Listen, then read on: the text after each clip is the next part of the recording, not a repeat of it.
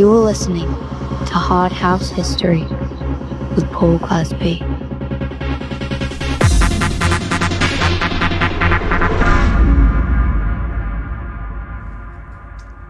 Hi guys, welcome to Hard House History. This is a very special episode of Hard House History because we are actually making history today because I'm in the studio with the legends that are Lashes and Paul Maddox. Hello. How are you? So we thought while we're in the middle of doing this track that it would be a good opportunity to do an episode and catch up. Obviously, Lisa and Paul have both been on the show before. But a lot's happened since then, so we're just going to have a bit of a catch-up. So how are you doing, guys? Me first. You go first. Okay, keep the mic over here. Really well. Good. I've been seeing you quite a lot, haven't I? It's been nice. Thank you. I saw you on Saturday Saturday, yeah. at Insomniacs. Yeah, and here we are again. We're here again. Yeah. And this is our first track together. Ever. After all these years. After all these years. Which is pretty Well, I've got a amazing. funny story about that in Go a on minute then. as well. But in fact, I'll tell it now. So I'm hoping you don't remember this, right? So it starts a good story. Okay. But the first foray into the studio that I ever had was with some guy. His name was Mooney in Sheffield. I can't even remember how I got introduced to him, but there was some recording studios in Sheffield, and I went in to do a track. And obviously, I had no idea what I was doing. It was before. It would have been before, definitely before Paul. It was before I was started at Insomniacs. And I went in and did this track. And at the time, I obviously thought it was good enough to do an acetate, which I sent to you, and you were like, that's shit. It was fucking terrible. I don't think there was even a bass line on it. So I was right. The They're not guy, allowed. definitely, you're right, yeah, and nice that you're honest. But the guy that I did the track with, he obviously had no idea what he was doing. I mean, he could obviously work the buttons, but had no idea of. Yeah. Was he like a rock producer or something? I think probably. I vaguely remember you telling me about this before, and he like normally did like bands and stuff. So obviously making like a hard house record was well out of his comfort zone. Yeah, it was terrible. But yeah, that was like really early on in my. Even Sorry before about that. No, I'm sorry. But yeah, so that and now 20, probably 6 years later. It is. And here we are. Making Absolutely. something that's not shit. Yeah. Hopefully. Definitely. That's the aim anyway. That's Hopefully. the aim, exactly. So let's go to Maddox. What have you been up to? We've got some stuff to talk about, but what's your... Well, just been busy producing other people's music, really. That's kind of where I've sort of pivoted to.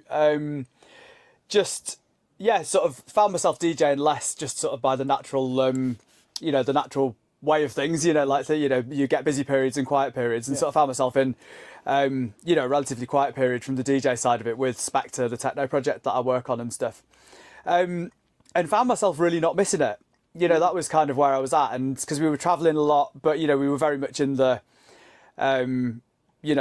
6 a.m. flights from Manchester and, lots of travelling, lots of cheap hotels, sort of level of DJing rather than the, private jets and mansions level.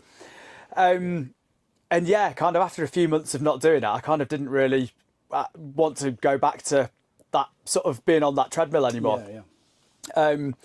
So, I was like, there's not really much point sort of chasing after something that you don't want. Plugging a dead horse. Yeah, well, yeah, exactly. It doesn't make any sense at all to put loads of effort into trying to get back to somewhere that you don't want to get back to. It's kind of, there's almost a sort of autopilot that's what you ought to do. Yeah. But I don't really want to. So, and I've always, done co-productions and engineering and collaborations and stuff with people, as, including both of yourselves. So I just kind of put a bit more focus into that and, got a few good new to me clients and, working with some, interesting people doing lots of diverse music and, get to spend my time doing the thing that I really love, which is the studio. Yeah. I've always been a producer who DJs rather than the other way around. This has always been my, my first love musically. So yeah, awesome. And that, I mean, for you, it must, or any engineer, it must be having, like, if I came in every day, it'd do your head in, wouldn't it? Like you're having to do the same sort of thing all the time. Well, yeah, not you specifically, No. but like you'd be sort of middle of the pile probably in terms of doing my head.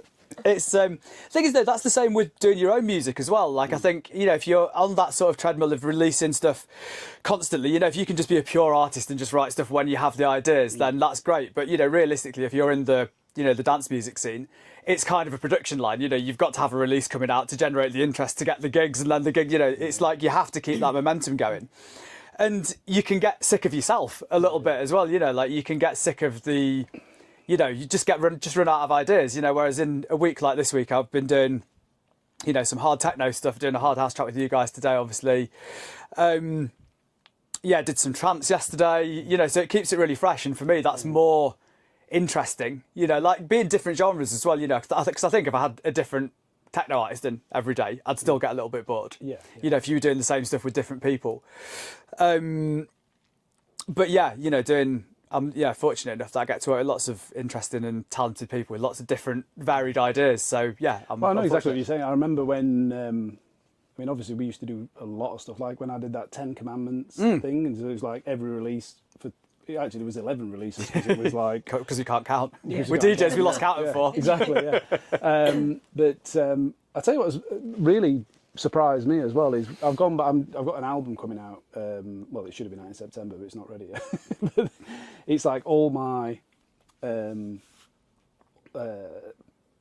back catalogue of my stuff, but not my popular tracks. So like not Motherfucker, not Beautiful, not Kick It, Hostile. So all the sort of like forgotten gems kind of thing, yeah. And when I've been going through, I was amazed at how much melodic stuff there is. Like I was surprised by it. You know, like 'cause you just think like, I think because people always go, you know, like Glazby, nails, and then and then there's things like that Gargantuan. Stranger Things, I think it was. Yeah, like there's a lot of things that we did that were. Yeah, there was a lot. The thing is, it was all tough, but there was quite a lot of melody in it. Yeah. But it's funny though, because like you know, I think a lot of people. Yeah, you know, that's what you're known for, doing the sort of super hard, super ferocious stuff. But like when I was watching you DJ, when I was, you know, Cyber Kid backpack on era, it was always things like Global Phases and Beautiful and Dreams and things like that, with the moments in your sets that I always really loved, you know, where it was the like the break in the clouds almost, you know, sort of relentless darkness, and then this little moment of something in the middle of it. They were always the bits that I buzzed off. So yeah. Actually, that's just reminded me. I've got to make sure I've got Global Phases, because I promised John the dentist I'd play it and video the crowd. Sound. He said when he came on the show, he said something about not thinking he'd made an impact or something like that. And I said, mate, I'm going to play that and I'm going to film the crowd for you. Yeah, for sure. So I need to make sure I remember to do it. Definitely. Yeah, it's a great record. Yeah, well, that's definitely valid. Thanks. Yeah, tick. Lisa, you've had your Lashed. Oh my goodness! So last time we spoke, the Lashed tour was about to. Yes. So we did September 13th at the Emporium. Tom and I and some of my friends, in fact, were at the venue kind of a month or so before, just kind of helping them out, you know, giving them a little bit of encouragement of draping it out, putting the DJ booth back to where it was originally, where I found it was much nicer when you've kind of have the audience around you rather than being on a big stage where you can't really see anybody. So where was it before? Is that where the skeleton was? Yes, it used to be up there, right back there, and I didn't like it. Yeah. So anyway, it's right. It's perfect though, isn't it? Because you're kind of in touch with everybody. So so we were doing that. I mean, we were even like cleaning the ceilings and the cobwebs and this, and just making it like pretty cool. Just giving it a bit of love, I suppose. And then Lash Party was amazing, better than I could have thought. Right. Absolutely. But I think what's happening is obviously the hard house world is had a bit of an injection with like Hannah Langs and the Doof people and stuff like that. So they're on some really big kind of stages, and I think that's you know, kind of opened it up a little bit for the more senior ones, which is I suppose we are, maybe not you, definitely me. But to be able to then kind of have a little bit more inspiration, and people are coming to see our hard house kind of events and things like that. So yeah, hopefully the one in February the 28th, will be sold out like it was before. So we just do it in one room. Not bothered about sort of like kind of doing the 2 rooms, because it's a bit more, isn't it, really? So one room, smash it. And thankfully I've got Tom from Insomniacs on my side. He's you know, working with me with Lashed, and he did a Saturday night just in September. Where we are? November. In November. November. And I mean, over 1,000 tickets, more on the door, and it was an absolute fantastic night, wasn't it? Oh, the weekend that's just Yes. gone. Yeah. You played Superb. after me. I did, yeah. Didn't Yeah, we? yeah. So It was Picasso, awesome. Jules, me, you. Yeah, and it yeah. was- Well, I think we were talking earlier about that sort of progression through the night. It's not a lot, like you look at the lineup and you might go, well, what's that? But the way that it kind of progressed was, but the only real, on that lineup, the only real hard house DJs were me and you. It was. Because you got Scott Bond, Mauro Picotto, Judge Jules. Yeah. Who else? There's someone else.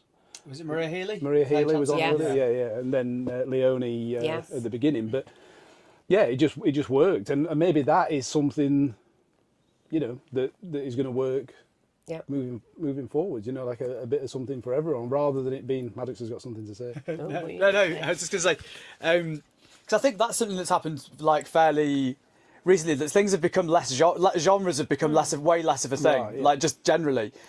So it's good to see that that's sort of trickling into those events that are, probably catering for people who spent the peak of their clubbing career, let's say, when things were really genre specific. You'd have like, this is the hard house room, this is the trance room, this is the funky house room, whatever. Whereas now, not even just across lineups, like you watch, stream some DJ sets on YouTube now, and people are just hopping around genres all over the place. And I'm all for it. If it's good, it's good. But Yeah. Well, like you said before, like if I played Global Phases, I mean that's not really a hard house. it's a trance tune, It's a really, trance isn't it? tune, It was known in the hard house scene. But if you played someone who'd never heard it before and said, "What do you think this is?" you'd say trance, definitely. Yeah, 100%. Yeah.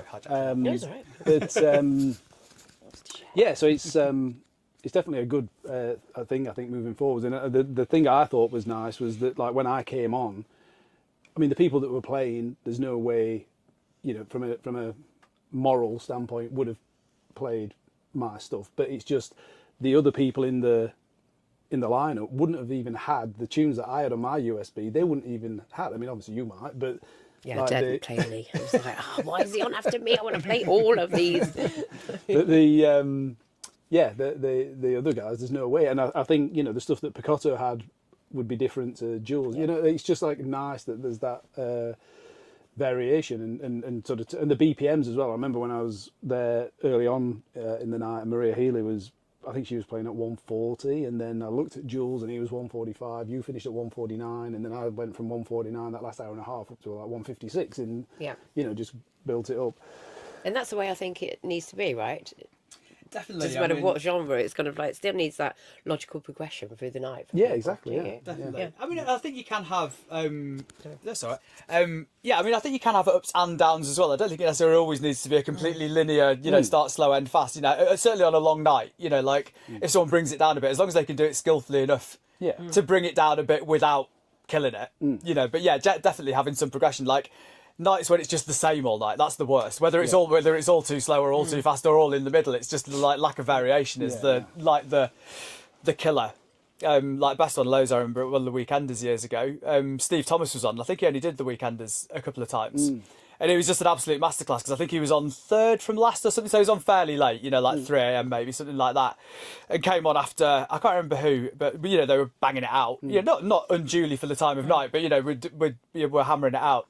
And he kind of just played his set like in reverse, started with really hard stuff, but like literally didn't lose 5% of the dance floor, like it was just a masterclass, but you were fist pumping at the start of it and your hips were shaking by the end of it, it was like Well, I had to do that one night in the Fridge in Brixton because I can't remember who was on before me, but they'd just gone, like I was on early. I think I did like 11 till 12, and I came on, and whoever was on before me had like, I don't know if they tried to build it up before, I don't know what they were doing, but Fergie was on after me, and I did that. I mean, I don't know if I did it as well as Steve Thomas would have, but I reversed my set, so I brought it down to leave it, and then Fergie. Then I remember he played is it Inner City, that Good Life? A mix of that, and where I'd brought him down to wasn't enough because he started even. But had you carried on going upwards from where you were left, it would have left him in a a pickle rather than having a step to make. Yeah.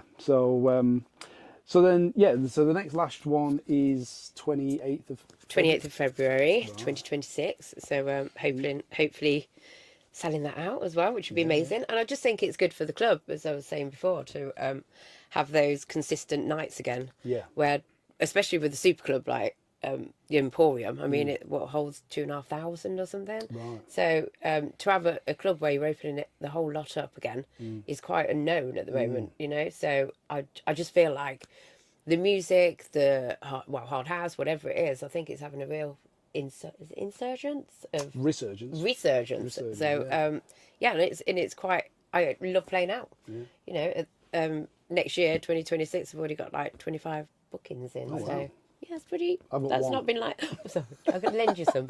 You can have a I'm few. playing. Well, this is the difficult thing for me now is that, you know, having this like comeback, but being in Australia, I'm kind of, you know, I can only come back. Yeah, when here- you're coming back. Well, Tom's asking me to come back in March. But I don't think I can do it. It's too difficult with work and stuff. But Yes. you know, coming back once a year. Obviously, I've got gigs I can do in Australia and New Zealand, but they're very few and far between. You know. So yeah, I'm playing Cairns in February, but that's it so far. But Cairns, Coville, you know. yeah, more crocodiles in Cairns. And you did Tidy Tracks on. I was watching. I was doing like a little kitchen rave Oh, on yeah, Wednesday. yeah. So you did a 90 minutes little set there, masterclass, Yeah. always. Thank you. Did you watch it? I didn't. I know. I felt like a letdown now. I feel I like think it's still on. Like it's on their It's Facebook still page. on. I'll watch it. Because I've got to go through. Everyone's asking for a track list, so I've got to go through and. Yeah. But what I did there was I did a 30-minute Tidy Classics set, just as a little nod. Yeah, to yeah. them. So I started off with. You remember their Orange track? Yeah, it's a great tune. And the best thing they ever did. I Yeah, think, it's my favourite of the Tidy Boys things, Yeah. definitely. So I started with that, and like Amma, when it came in, Amma was like, "Ooh!" And then so I just played some of my favourite Tidy stuff for half an hour, and then the last hour I did all my new stuff. Yeah. So that was. Everyone's raving about it. I was on the little chat room. Well, that was the other nice thing as well, because Amma put he got like this iPad fucking Yeah. Max thing, or it's like Yeah. a massive Yeah. thing, and he put it right in front, so it looks like I'm looking at the mixer, but I was actually just reading everybody's. Nice. comment. Yeah. So that was good, but yeah, that gives it a bit more of a like. Sorry.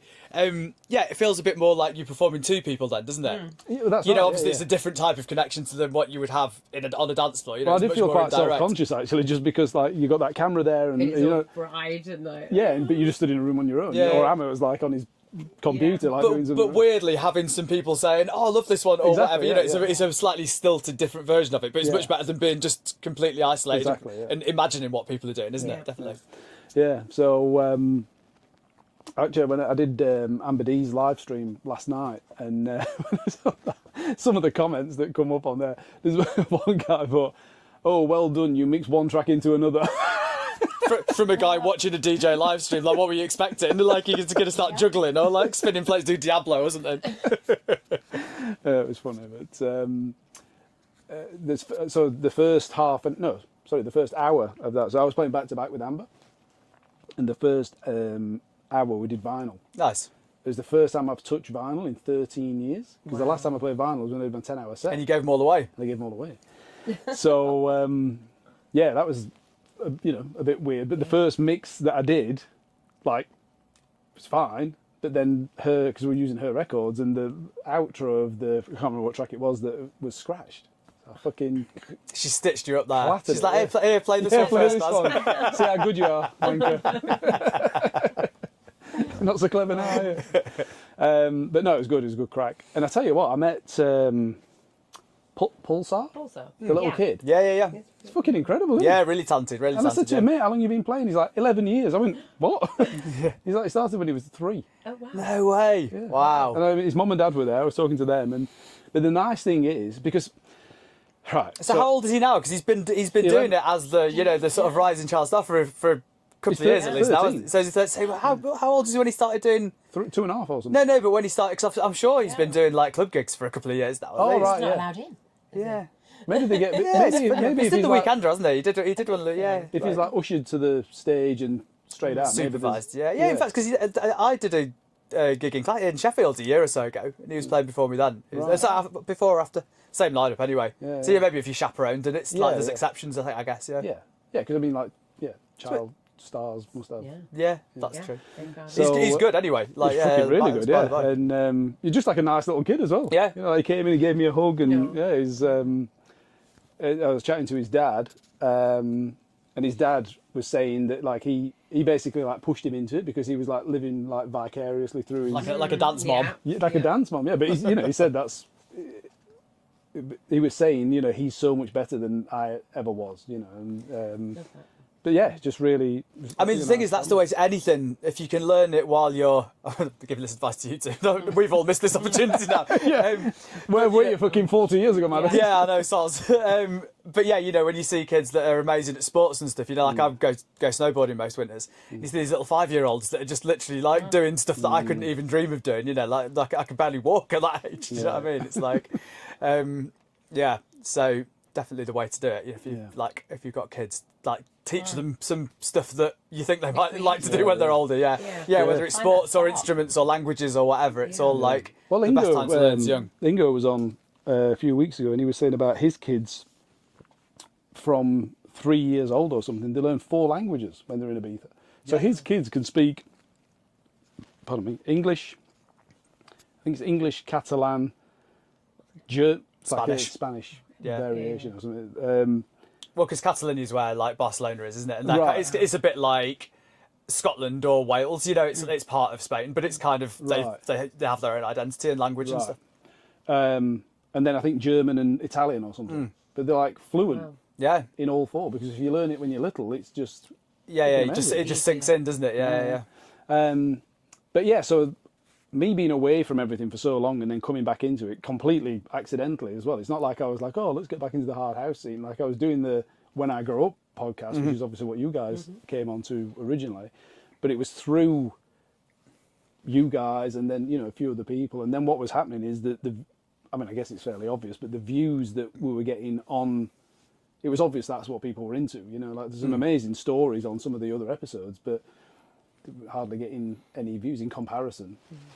So I thought, well, and then as every week that went by, I was getting a little bit more entrenched. I was doing more tracks. I kept, I've got another idea, man. Yeah. Well, it was literally like it was 15, 20, whatever it was years ago.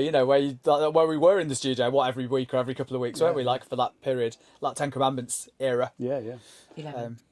11 Commandments. 11 Commandments. Yeah, 10 Commandments plus 1. But so I was feeling like I was more involved, bit by bit, and then ignited a bit more. Yeah. And I just thought, well, let's just lean into this. So now it's obviously hard house history. But the reason I'm saying that is that me sort of coming back in, it's like there's 2 hard scenes now. There's our scene, which is like your sort of traditional hard house with the long build-ups and the structure that we're used to, and then there's this other hard scene which you've got these younger people playing.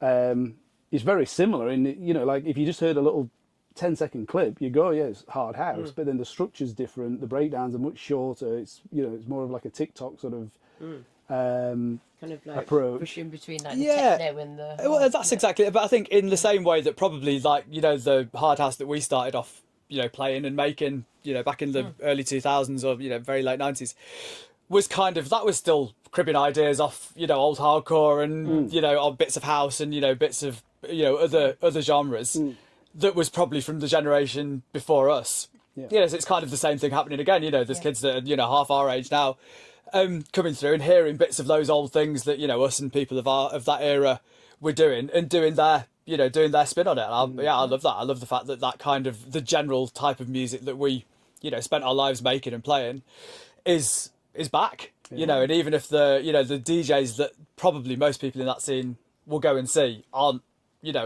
from our generation, that's good.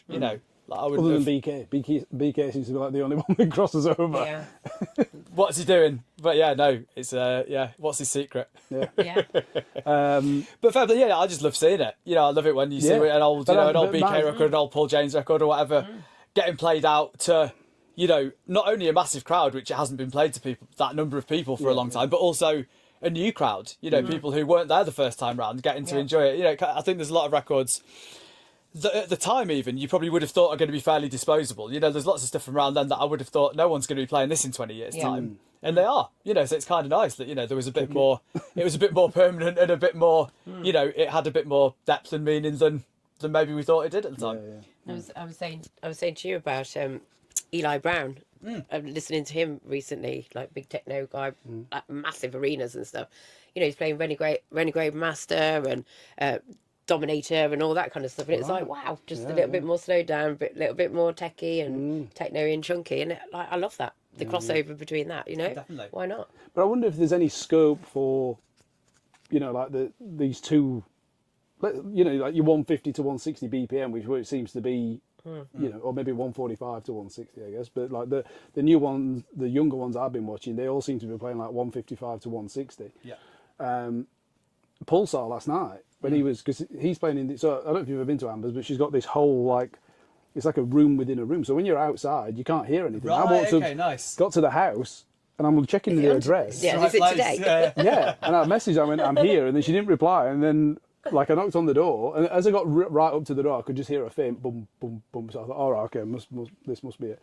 And then Guyver let me in and took me downstairs, and it's this whole soundproof room like in the basement. Right, that's, like, nice, wicked. apparently it's got 6 layers of soundproofing, so it's just completely insulated. Yeah. Well, I know where I want to be if there's a like nuclear Yeah. war or Yeah, something exactly, breaks yeah, out. yeah. Get into Amber and Guyver's basement. So they're downstairs. She's got that. She calls it the Buddha room. So it's all like couches and, Nice. tie dye and you know. Yeah. Apparently that's Yeah. where she does mushrooms. And then in the other bit, there's the studio. So Pulsar's playing in there, and we're watching him on the screen and hearing it from there. But I'm thinking, sounds a bit tasty. So I just got like, I didn't want to say anything. I got my BPM and I'm just tapping like, and he's playing at 157. I'm like, oh okay. Yeah, nice. But he's playing all. It's our style of hard house. Yeah, so yeah, yeah. what I'm saying is he's 13 years old, and it's like he's not in that sort of younger generation. Well, I guess because he's probably 10 years apart from, or his influences from his dad. Yeah. So the hard house that his dad liked, he's playing. But it's like, you know, is the potential for these two hard scenes to kind of come together a bit more? I don't know. I think in terms of music, they probably aren't actually that far apart anyway. It's the scenes really though, you know, like, and I think there's people, you know, I'm like in my early 40s, I think probably more people my age that used to go out, you know, to hard house clubs, you know, Insomniacs and, you know, all that sort of stuff, Sunday Central back in the day, aren't as bothered about going to see Hannah Lang or, you know, Carl Starkey or any of these new breed names. They're more bothered about going to see the people who they used to go and see back in the day, you know, and having a bit of, you know, it's partly nostalgia, part of keeping it alive, but, you know, it's still, they're more interested in that. And equally, I would say it's the other way around. So I think the music is less the issue and it's more the generation of people that are going to the events that's the divide. Yeah, Not that it's a hard divide, you know, I doubt there's any ill feeling on either side, but it's just more, you know, who you align with and who your, you know, who your people are, really. But like music-wise, it all goes together pretty well. You know, a lot of the new stuff, like Carl Starkey I mentioned, and, you know, Entasia, there's quite a lot of new, you know, young British, younger than me, British producers making really cool, you know, the less hard end of hard house. And when I'm playing out now, I'm playing, you know, half that, half old stuff, and it all fits together, you know, really nice. You know, the arrangements are a bit different and stuff, but sound-wise, it all goes together really nicely. But yeah, I think it's more of a generational, not even a divide's the wrong word, but you know, a generational like gap basically as to who the punters are rather than what the music's like. Yeah, that makes sense. Yeah. I did play at Doof in the Park with Hannah, and I quite liked the way that she did kind of like the new style of kind of hard house and the stuff that she's playing. And then she put myself and Jules and even Armin was on there. Yeah, that's you know, cool. So there are people doing both. Yeah, nice. 10,000 people or something sold it out. So yeah, get down there to Dundee next year as well, because she's Wicked. already pretty much sold that out as well. So I quite like that. Yeah, she's nice. doing a really nice kind of like Mix. mix of stuff. Then maybe as well. that's, you know, perhaps that's the way to do it, because obviously then that'll introduce some of her core crowd to some of the, you know, the previous generation of DJs, and probably if that happened the other way around as well, someone like BK playing at you know, an event that's primarily you know, younger generation DJs, then, you know, that's the younger crowd being exposed to, you know, the other way around as well. So yeah, maybe that cross pollination. Well, it sounds like it's happening rather than Sure. so yeah, maybe I don't know what I'm on about, but it's a good thing.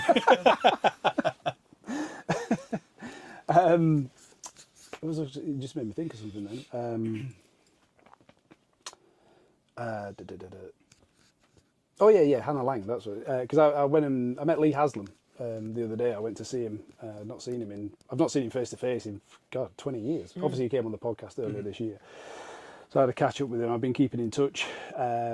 with him, but he was saying about Hannah Lang how she was around for like Many years. 10 years or Yeah. something, and then she had a big track, and all of a sudden, you know, that like kicked her off. So, I guess it's not like all these young DJs are just appearing and just being overnight successes. And I think that's often the case with them. You know, not even just within dance music. Even, you know, you'll see these names that suddenly become blow up, and the sort of the sound of the summer, or the new hot thing in pop or rock or whatever, and like 9 times out of 10, even though they look like they've exploded from nowhere, that's only because you're only looking at the stuff that's above the surface. Yeah. The vast majority of these people have been grinding away, doing little gigs, or have done some stuff that hasn't been successful or whatever. It's just people appear out of nowhere because you're only looking above the horizon. There's always people bubbling away under the surface. It's kind of like Camel Fat always said that it took them 25 years to be an overnight success. Yeah, exactly. Do you know that. what I mean? Yeah, So it's precisely kind of that. like that, isn't it? Who was that? Camel Fat. Who's that? So I've been away for a while. big I people. actually think they did what was one of them not Cascada or Yes. something like that. They did some like pop dance okay. stuff before that, and then Yes. Camel Fat's cooler and more Yes. underground, but still Right. fairly crossover. Right, okay. And then, so tracks for you, Lisa, this year? So I've done my first one kicked off with Paul, which was Hitting with the Power. Yep. So we got Jazzy P from she did what was the track that she did? So she was famously in the hard house scene. She was sampled. She did the bass keeps pumping that's on the old Rachel Orban record and a few others. Yeah. It was her that was sampled on that, Yes. and then I can't remember who joined the dots, but somebody eventually Yes. twigged that was her and kind of actually got her involved to do some original stuff again. Yeah, so she came up to a writing camp, wasn't it, up at Yeah. Tidy in Wakefield, and we did our first track. So I hadn't really been doing much of hard house or anything, because I was doing the school, and then that kind of filtered away, and I just had the chance to go in with Paul again beginning of this year. So that was my first release, and then I've done about 4 or 5 different others, and then I've got one on your Vicious Circle. Come Yeah, on, baby. 401. 401. Jesus Christ. Yeah, first time. Who'd have thought that? Who'd have thunk it? Yeah, so, well, that'll be a big couple of weeks then, because 400 is the Kick It 2025, and is then it? Lisa Lash's debut. That's your Oh first my one on God. Vicious Circle, isn't it? Yes. Yeah, First one. yeah. Nice. Wow, that's pretty cool. Nice. And Maddox, have you had any... So lots of stuff for other people. Of course, yeah. But of my own stuff, did a remix on Tidy's latest remixes, like compilation thing. Because I think they're doing one. I forget what it's called now, but it's for the K series is John Langford's thing, but they're doing it's because it's 30 years of Tidy, so they're doing a remixes thing. Much like Rinsed and Milked and those kind of things. So I've done. Rob Sarah and Vinyl Groover and Redhead Stay for that, but kind of in a bit more of that sort of 90s looking hard house sort of style, so like 140 BPM, like sort of big riffs, but not really trancey, that kind of tip. Okay. And I think that's about it for what I've got lined up as under my own name, other than the collab that you and I finished, have nearly finished. Well, it'll be finished by the time this goes out, hopefully. Which is a bit of a different one, but it's cool, which we've always done though, because obviously I worked with you on a lot of your solo stuff. Yeah. So whenever we did a Maddox and Glazby thing, it was always something a little bit different, off there's no Tortured. point. Tortured was and the SJ I Need You remix we did as a collab thing, didn't we? So they were always... And I'm sure there was others. Did we do was Megatron? Was that? That was the one that was a bit like Can't Get Enough, wasn't it? Yeah. With the big sort of... I'd forgotten about that one, actually. Yeah. Good tune. Good tune, yeah. Right, okay, yeah. So the track that we did was... the goal was... I said to you, didn't I? I said, let's try and do something that I can play, much like Global Phases, like not a track that you would... It's a bit not a genre record. Yeah. Something that's got bits of this and bits of that, Exactly, but it kind yeah. of just is what it is, rather than being following too much of a formula. Yeah, yeah. So because Brian Carney, friend of the show, came on, and then I've been watching some of his videos. Like obviously we're connected on Instagram, so I see a lot of stuff that he does. And so I said to you, let's do something that I can play, you can play, but then hopefully someone like Brian Carney can play as well. It's like a bit of a crossover thing. So I think when you do anything like that, you can either end up with like a hit, or it might just go under the radar. But if it gets played out a few times, I like it. I've been. Well, and the thing is, one thing I've definitely found of 20 odd years of doing this is that as soon as you start overthinking about who you're making it for, Yeah. it ruins it. Yeah. You second guess yourself, and you sort of little bits of inspiration that you get, you kind of like damp them down because it doesn't suit what you've decided you're doing, and it's just a disaster. Like, it's always better to just be free, do the stuff that you want to do, and it won't all do well. You'll do some weird stuff that nobody likes. 100% that'll happen, but if you just do the stuff that you really want to do and get excited by,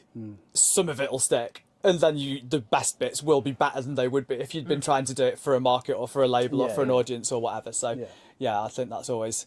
So which of those categories this one falls into remains to be seen. But, at least we're honest with it. Well, like I said, I've been playing it, so I like it. Yeah, me too. Love it. That's I guess, the main thing. So, obviously, other than your 25 gigs and your... Yes. Lashed in February. Lashed in February. We got and your track on Vicious Circle. Vicious Circle. What other? I've done one of the remixed ones as well, which is Ingo's Ready for This. Nice. Oh, wow. Very good. Yeah, it's just reverse stuff, and it's difficult, isn't it? Because you don't want to change stuff so much. It's like I'm remixing Looking Good and Unbelievable, where I've hardly done anything to it, but just brought it into the 21st century. Well, we did that back in 2005. We did that with Kick It, didn't we? Do you remember? We basically, because, and I'm sure Ingo won't mind me saying this, like the production level on the original Kick It wasn't all there, because obviously Ingo was like early in his sort of days of doing stuff as well.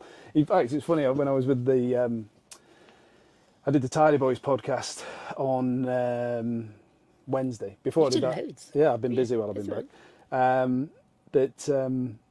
So before I did that live stream, I did the podcast, and because they came on my podcast earlier in the year, and we said, like, let's do it the other way, yeah. And one of the questions they asked was, how did Vicious Circle come about? And I said, well, the reason it came about is because I sent Kick It out to all the labels, and I said to us, obviously to you, and everybody said, yeah, it's not quite good enough. And then Pickles went, well, that were a fucking mistake, wasn't it? Yeah. But Amma was right in that, compared to everything that was coming out on Tidy at the time, the sound probably wasn't quite right. If I'd sent them the 2005 mix that we did, they would have ripped his hand off, I think. Like, the thing is, though, obviously it's easy to update the production on something, as long as you've got the the technical skills to do it. But actually, we would never have written Kick It. Oh, no, the way it is, no. and there's always something about that sort of the newness to it and the sort of almost naivety of it is part of what's good about it. Once you sort of know the tropes and know the methods and stuff, it makes you it's harder to write really original stuff once you kind of know the rules, if you know what I mean. It's easy to break the rules when you don't even know them, so actually a lot of the time stuff that people do really early on in their careers across all media is more interesting, because you're not jaded by it, and you've not become, you've not had loads of feedback and stuff, and that, it's that sort of purity is Other than that thing I sent to Lisa. Yeah, to a point. To a point. But I always remember you. Still got it? Oh, fuck it, I hope not. God, please no. That'd be like someone finding my school photo. But yeah, one thing I always remember you saying, Maddox, was about when, a band where their first album is oftentimes the best. Oh, yeah. Because they've got, sometimes 18, 20, 25 years life experience going into that album. But then the next album they've got to write within 18 months. It's the classic difficult second album sort of thing, isn't it? Yeah. It's exactly that, because your first... Well, in fact, that one, what you were just saying is a good example, actually, because although Kick It and Rough and Tough was your first release, actually it wasn't the first thing that you'd done. It was the first thing that was good enough to put out. Yes. So that's the thing, isn't it? It's the appearing from nowhere thing again, isn't it? That you actually... any artist or any creative person, there'll be loads of stuff that they just don't show anybody. Yeah. And it's only when they start getting to a certain point. That's the fucking too stupid they put on or shouldn't have done. Send it to Lisa Lashes. But do you know what I mean? So it's basically the same thing, isn't it? That you've got to...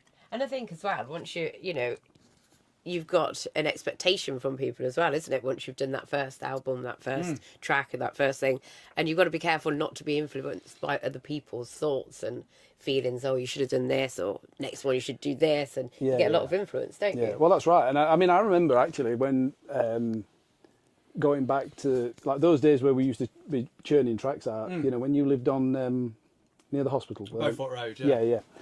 And kind of feeling like, this is going to sound a bit grandiose, but like when like Metallica, when they went off in a bit of a different angle around the Load album, like 97. So they'd done all the you know, those first 5 albums that were, you know, I mean, the 4th album for me is the best, but then they did the Black Album, which is the real famous one. But then the album after that, a lot of stuff went in very different directions. And I never really understood why. Like, why the fuck are they doing that? Like, they're really good at, you know. But then when we were doing a lot of that more melodic stuff and trying, you know, like different things, like that track we did, Momentum, that like basically didn't have a breakdown, and it's like I get it now, because doing the same thing over and over, you've got to, you know, like you kind of feel like you're a little bit too. Well, and I think you know Metallica's catalogue a lot better than I do, but I feel like from what you were saying, they'd kind of peaked with what they could do with that thing, with the Black Album. You know, they're not going to out Black Album the Black Album, you know, so they had to do something else, you know, and I think that's, whereas as you're building up to something, perhaps you're like, no, we could do that better, you know, we could incrementally improve it, but then once you've nailed it, then you've got to just do something else, because chances are the next one you do in the same style will actually be a step backwards, you know, because you can't outdo the one that you've already done, you know, so it's like, it's out of necessity sometimes, Yeah, I mean, and I guess as well, you know, like if, like from my own sort of experience, which is all I can speak from, is like when you do something like Hostile, when that came out, but then it's like the next thing you do after Hostile, it's like, it's not going to be another thing. What was the next what would thing? it have been? probably something weird and melodic. Yeah. Yeah, trans classic. Actually it'd be interesting to try and work out what the next thing was after that. I could have a dig through the hard drive, actually. I've probably still got it all. Well, you've got it all in date order, It'll all haven't have dates on it, yeah. Well, that'd be interesting. Let's see if we can Yeah, find I'll that. have a We'll look put it in at the show notes. Yeah, put a little So obviously, post. guys, we are here today to do the new Glazby and Lashes Indeed. track. Yep. And Maddox, do you want to give us a little... Yeah, I can have a little blast. It's half finished at the moment, so yeah. This might not all make it into the finished thing. So this might not be it, but this is what we've got so far, guys. This might just be hard house history. It might not actually ever make it into the books.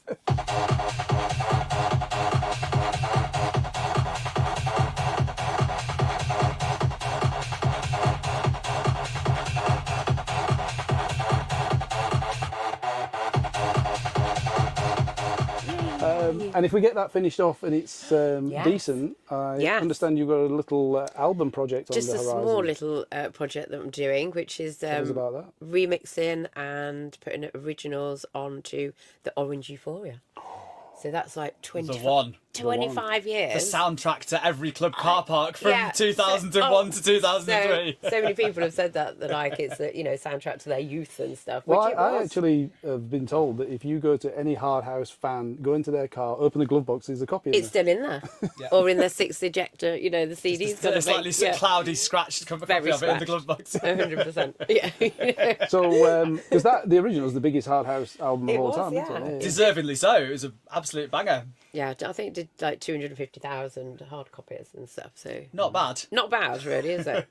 But obviously, you know, with the licensing for albums and things, back in the day, it wasn't on digital. It wasn't on anything. Well, the thing is, that was how you got introduced to new music. You know, Yes. it was the radio, clubs, obviously, and then, but you know, compilation CDs were like a huge part of my like musical formative years. You know, the Euphoria comps, the trance ones and the hard house ones. Yeah. And you know, like the like Global Undergrounds and you know stuff like that. You know, they were how you discovered music. You know, I'm sure you. Well, I'm older the than trade CDs. I'm older than you, so I can remember getting tapes from like shops where you'd buy a bong and there'd be Tony DeVee live mix. Exactly. He didn't even know they were being recorded, probably. No, but you know, there's so many. There's mixes on SoundCloud and YouTube and you know everything now, isn't there? You know, so it's like. Whereas, in that time, that was, you know, if you wanted to hear some hard house, you'd go and buy, particularly if you weren't old enough to go out to clubs, which, you know, a lot, you know, you can buy CDs before you can go out raving, you know. So. Well, I think that's probably got something to do with, like, people can get the fix now, can't they? So easy. Like, you don't listen to, like, you know, Lisa Lashes live or Paul Glazby live or Paul Maddox live. You just go and type it in and it's there. Whereas, like, there was probably more of a hunger for it. But even, you know, when we started, not when you started, but like early 2000s, where people, if they wanted to hear Glazby live, they had to go out and... Yeah, because particularly for that more underground music, because it wasn't on the radio. Yeah. you know, like obviously if you wanted to listen to some trance, you could listen to Jules on the radio or Dave Pearce or whatever, you know, it'd be only a small subset of it. But anything more niche, you know, if you wanted to listen to any harder music or more, you know, sort of, less mainstream music, going and getting tape packs or, you know, compilation albums was how you did it. Yeah. Yeah, excellent. All right, guys. Well, I think we better crack on with this. Thank track. you very much. And let's get this tune done. Nice one. Yeah, Guys, let's finish the tune. Hopefully you enjoyed this. Please like, comment, subscribe. It really helps us out. And we'll see you on the next one. Cheers.